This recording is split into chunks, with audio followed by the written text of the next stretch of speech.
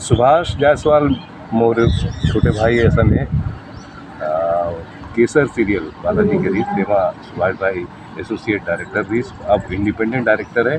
और बड़ खुशी की बात है कि छत्तीसगढ़ी में सिनेमा के जो दौर आए बयार आए ओमा सुभाष भाई उतरे अपन पहली फिल्म लेके माई का लाल रुद्र।